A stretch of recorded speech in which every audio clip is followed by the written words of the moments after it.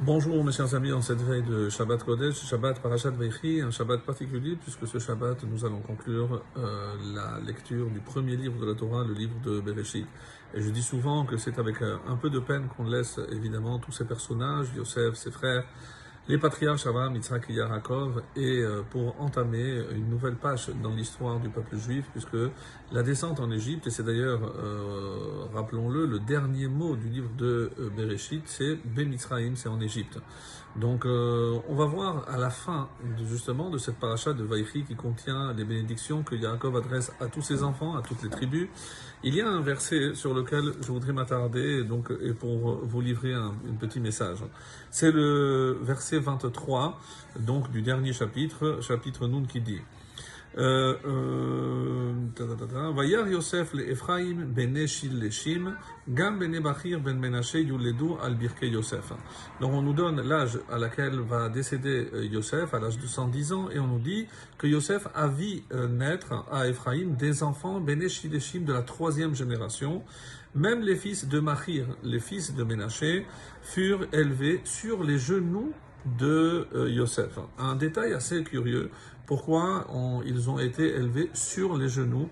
Donc, qu'est-ce que cela veut dire? En tout cas, les Khamim ici expliquent qu'est-ce que c'est Bene Shileshim en parlant des fils de Machir qui étaient de contemporains de Moshe, c'est-à-dire qu'ils appartiennent déjà à la quatrième génération.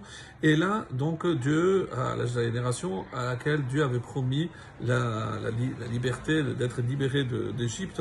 Et c'est-à-dire que cette génération, même quand ils étaient enfants, ils ont eu la chance de connaître Yosef de vivant.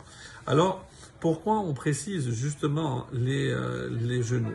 Et un Midrash rapporte un détail très curieux, très intéressant, c'est que Yosef avait demandé à Hachem, pourquoi on peut servir Hachem avec tous les membres du corps? Et rappelons que Abraham, la valeur numérique d'Abraham, c'est 248, comme le nombre des membres du corps humain, Ramach, dont les 248, pour bien nous faire rappeler que quand on sert Hachem, on le sert avec tous les membres.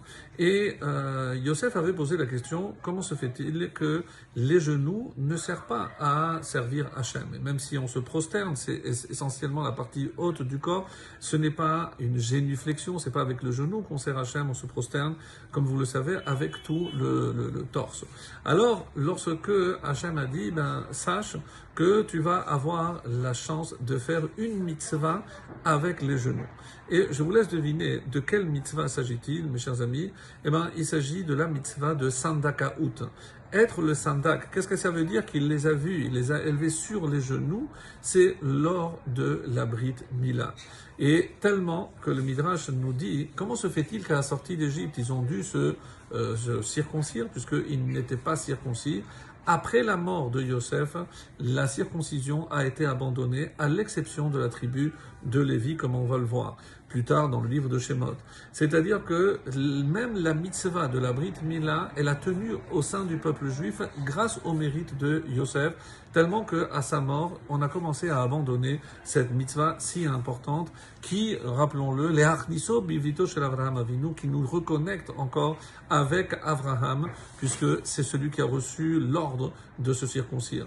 Donc les genoux, finalement, sont précisément ce par quoi on fait la mitzvah, puisqu'on pose le bébé sur le genou du sandak, le parrain en français, celui qui va tenir l'enfant au moment où on va faire la circoncision. Et comme vous le savez, c'est une mitzvah extrêmement importante, puisque non seulement cette personne va avoir une influence positive, on espère toujours sur l'enfant, mais on dit que être sandak, on lui pardonne toutes ses fautes. Donc c'est vraiment quelque chose d'exceptionnel.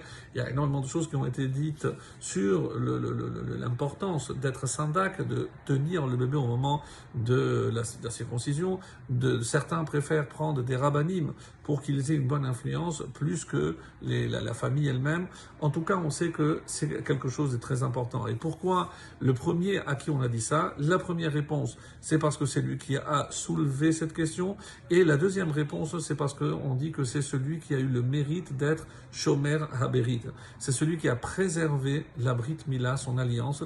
Et on fait évidemment allusion à cet épisode où il a failli tomber et fauter avec la femme de Potiphar, Zélika, et comme il a su préserver la pureté de la circoncision, c'est par son mérite qu'il va y avoir donc cette mitzvah de Sandak, et c'est aussi par son mérite que le peuple juif va maintenir, de son vivant du moins, la mitzvah de la Brit Mila. Donc, en conclusion, retenons que tous les membres de notre corps servent à accomplir la volonté d'Hachem, et comme c'est marqué, Kol atzmotai tomarna michamocha, tous mes os vont proclamer la louange à Kadosh Baruch Hu, qu'on ait le mérite d'élever nous aussi la deuxième et la troisième génération sur nos genoux. Excellente journée et surtout Shabbat Shalom Mevorach.